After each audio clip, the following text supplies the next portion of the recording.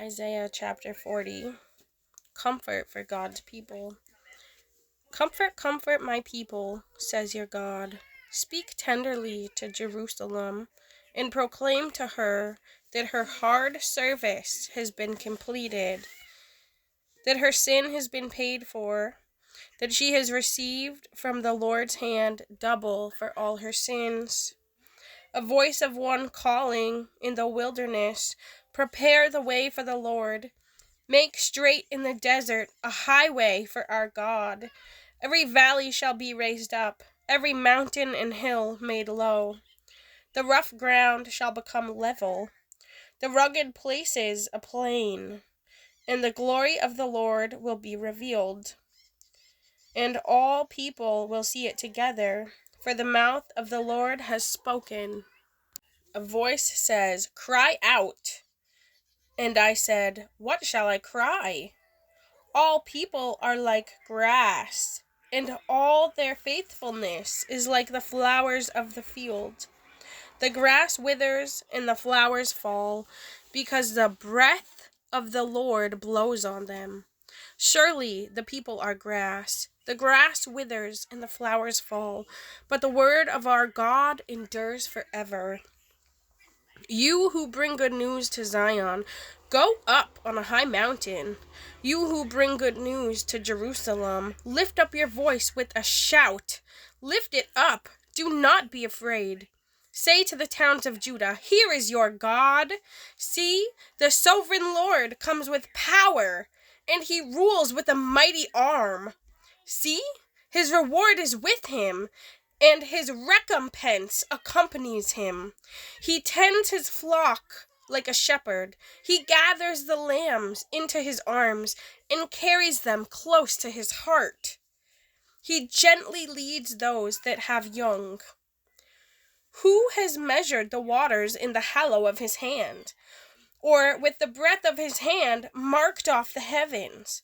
Who has held the dust of the earth in a basket, or weighed the mountains on the scales and the hills in a balance?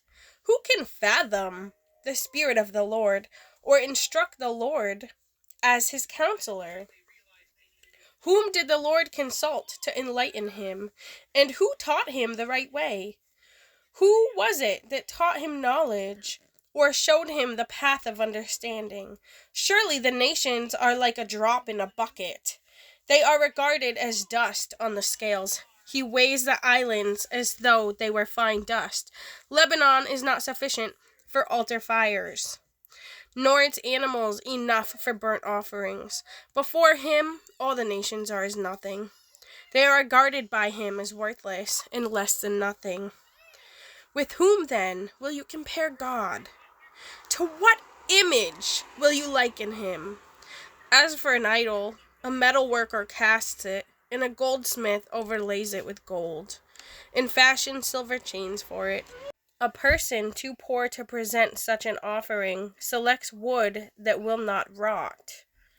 They look for a skilled worker to set up an idol that will not topple. Do you not know? Have you not heard? Has it not been told you from the beginning?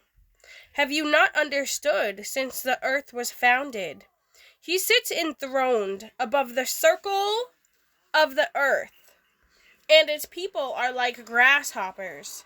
He stretches out the heavens like a canopy, and spreads them out like a tent to live in.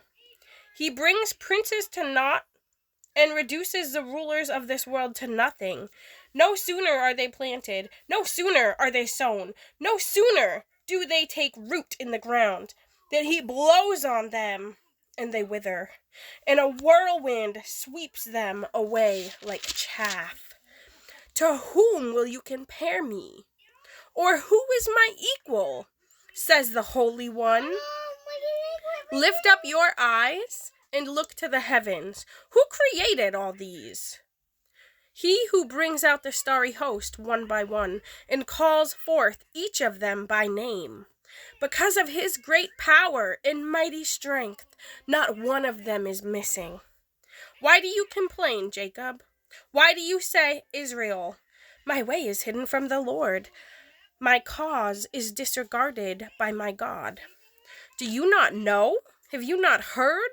The Lord is the everlasting God, the creator of the ends of the earth.